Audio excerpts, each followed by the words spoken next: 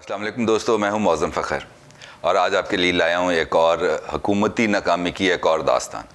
दोस्तों, आपको मालूम होगा कि नवाज़ शरीफ साहब इलाज के लिए मुल्क से बाहर चले गए और उसके बाद यहाँ पर बेशुमार बातें सामने आई। एक तो हुकूमत की तरफ से बेशुमार मरतबा ये बात मौक़िफ़ सामने आया कि वो नवाज़ शरीफ साहब को इस मुल्क में वापस लेके आएंगे। हुकूमत के बेशुमार मुशीरान, जिसमें शिबली फराज साहब, शहजाद अकबर साहब और ख़ुद वज़ीर-ए-आज़म इमरान खान ये कहते हुए पाए गए कि हम जनवरी के अंदर नवाज़ शरीफ साहब को वापस लेके आएंगे। लेकिन अहम ख़बर ये है कि नवाज़ शरीफ साहब वतन वापस नहीं आ रहे। उन्होंने बरतानवी हुकूमत को तीसरी मरतबा अपने वीज़े की एक्सटेंशन की दरख्वास्त दे दी है और इस सिलसिले में एक मारूफ बरतानवी फ़र्म की भी खिदमात हासिल की गई हैं जो उनका ये केस प्लीड करेगी। गैर मुसद्दक़ा इतलात के मुताबिक बरतानवी हुकूमत ने अगले 6 माह के लिए नवाज़ शरीफ साहब के वीज़े को एक्सटेंड कर दिया है।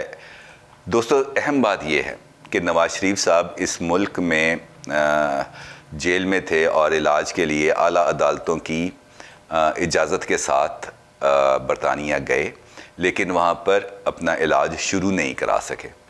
उसकी कई सियासी वजूहात भी हो सकती हैं और दीगर वजूहात भी हो सकती हैं। नून लीग वालों का ये कहना है कि वो कोविड की वजह से बरतानवी हॉस्पिटल्स आम मरीज़ों को नहीं ले रहे थे, जिसकी वजह से नवाज़ शरीफ साहब अपना इलाज नहीं शुरू करवा सके।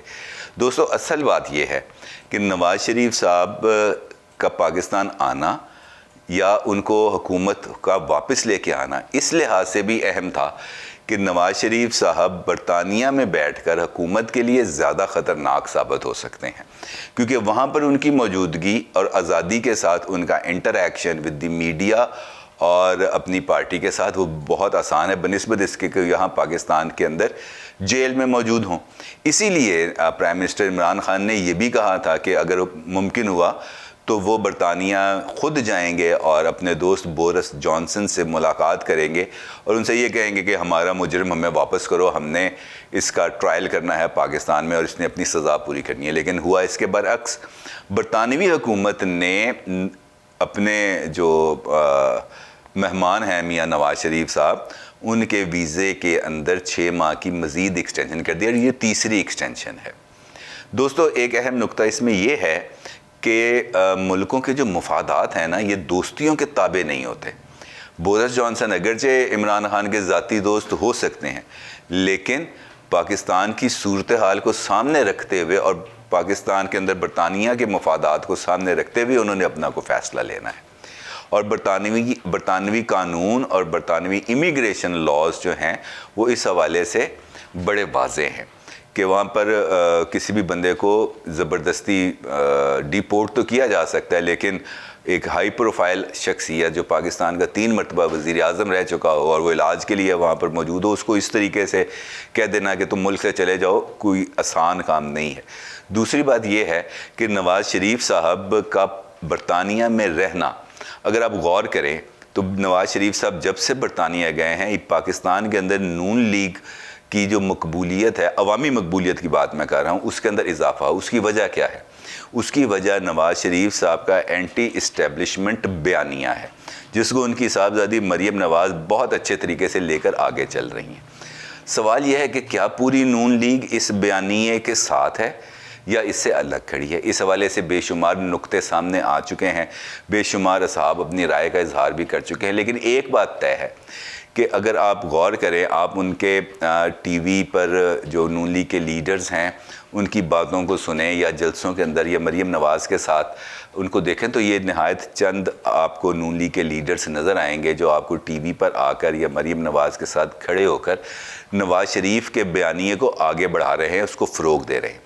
लेकिन नून लीग के MPAs, MNAs, सेनेटर्स की एक बहुत बड़ी तादाद है जो आज भी इस बयानिए को उस तरह अवामी तौर पर सामने नहीं लेके आ रही जिस तरह मरीम नवाज़ और उनकी टीम उसको लेके आगे चल रही है।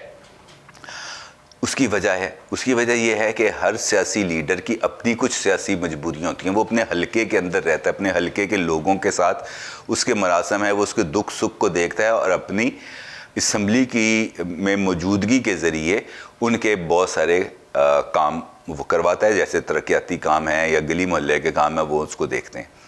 اگر وہ اس طرف چلے جائیں گے تو ڈیفینیٹلی ان کے لیے اپنی راہ کو اختیار کرنا بڑا مشکل ہو جائے گا، اور سیاسی مجبوریوں کے تحت نواز شریف کے سیاسی بیانیے کو اس وقت قبول کرنا، اس کے ساتھ چلنا بڑے دل گردے کا کام ہے۔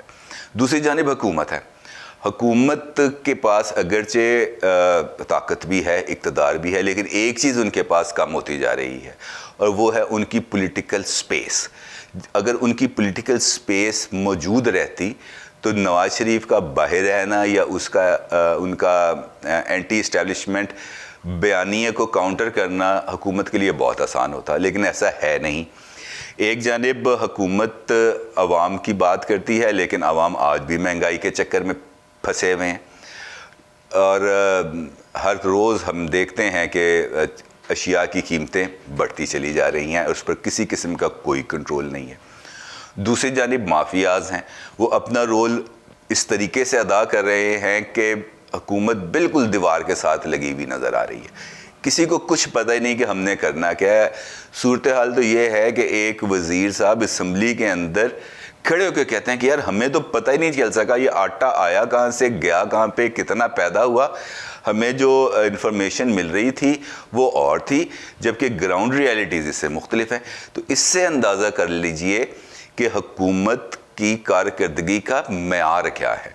دوسری جانب جو پہلو ہے حکومت کے لیے تشویش کا، وہ یہ ہے کہ نواز شریف اگر باہر رہتے ہیں تو ان کی سرگرمیوں کو کس طریقے سے وہ محدود کر سکتے ہیں، یہ بھی ان کے لیے مشکل ہے۔ اس کی وجہ یہ ہے کہ نواز شریف اپنے بیانیے کو اپنے دوستوں کے ذریعے، اپنے سوشل میڈیا اکاؤنٹس کے ذریعے اور پی ڈی ایم کے جلسوں کے ذریعے بہت بہتر انداز میں آگے لے کے جا رہے ہیں، جبکہ حکومت اس حوالے سے بالکل پسپائی کا منظر پیش کر رہی ہے، کیونکہ اس بیانیے کو کاؤنٹر کرنے کے لیے جو سپیس اس کو درکار ہے وہ اس کے پاس ہے نہیں، وہ دن بدن شرنک ہوتی چلی جا رہی ہے۔ اور اگر یہی صورتحال رہی تو ایک دن حکومت ہمیں دیوار کے ساتھ لگی ہوئی نظر آئے گی۔ حقیقت کیا ہے؟ اب ہم نے آگے کیسے جانا ہے؟ جس طرح میں نے آپ سے گزارش کی کہ پاکستان اس وقت ایک پولیٹیکل ٹرموائل کا شکار ہے۔ ایک جانب حکومت ہے جو اپوزیشن کو دیوار کے ساتھ لگانا چاہتی ہے، اور دوسری جانب اپوزیشن ہے جو حکومت سے اس کی پولیٹیکل سپیس کو کیپچر کر کے اس کو آئسولیشن میں لے کے جانا چاہتی ہے، تاکہ ملک کے اندر ان کے اقتدار کی راہ کو ہموار کیا جا سکے۔ اس ساری صورتحال میں صرف ایک چیز ہے جو ہمیں نظر آتی ہے، اور وہ نظر آتی ہے حکومت کا اپوزیشن کے احتساب پر فوکس۔ اس معاملے میں حکومت کسی قسم کی کوئی سپیس دینے کو تیار نہیں ہے۔ اب اگر ایک جانب کرونا پھیل رہا ہے اور لوگوں کا جو کاروباری زندگی ہے وہ متاثر ہونا شروع ہو چکا ہے، اور اگر کرونا کی رفتار اسی طریقے سے بڑھتی رہی تو ڈیفینیٹلی ملک کا کاروباری زندگی برے طریقے سے متاثر ہوگا، لیکن اس کا بیک لیش آئے گا صرف اور صرف غریب عوام پر۔ چولہے ان کے ٹھنڈے ہوں گے، کاروبار ان کے بند ہوں گے، بچے آلریڈی اسکول نہیں جا رہے، تعلیمی ادارے بند ہیں، تو معاشی سرگرمیاں کیسے ہوں گی؟ لوگوں کا چولہا کیسے جلے گا؟ لوگوں کا حالات زندگی کیسے بہتر ہوں گے؟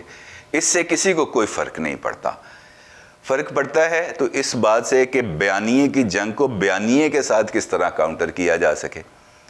تو دوستو، میں نے آپ کے سامنے ایک منظر کشی کی ہے، آپ کو یہ آگاہ کرنے کی اور آپ کو یہ بتانے کی کوشش کی ہے کہ نواز شریف صاحب کی ایکسٹینشن ویزے کی ہونے کے بعد یہاں پر کیا سیاسی سرگرمیاں کس رخ پر جائیں گی، اس میں حکومت کو کس حد تک فائدہ ہوگا اور اپوزیشن کو کس حد تک فائدہ ہوگا، یہ تو آنے والا وقت ہی بتائے گا۔ لیکن ایک چیز طے ہے کہ ہاتھیوں کی لڑائی کے اندر فصل کا اجاڑا ہونا ہے، اور وہ فصل ہے عوام، کیونکہ ایک جانب اس کو جلسوں میں جانے کے بعد وہ اوپن ہو جائیں گے کرونا کے لیے، اور دوسری جانب مہنگائی اور بے روزگاری کا وہ سونامی ہے جو سب کچھ بہا کے لے کے جانے کو ہے۔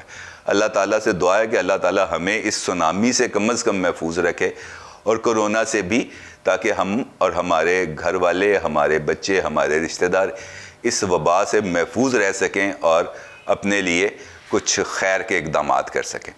آپ کا بہت شکریہ۔ اللہ حافظ۔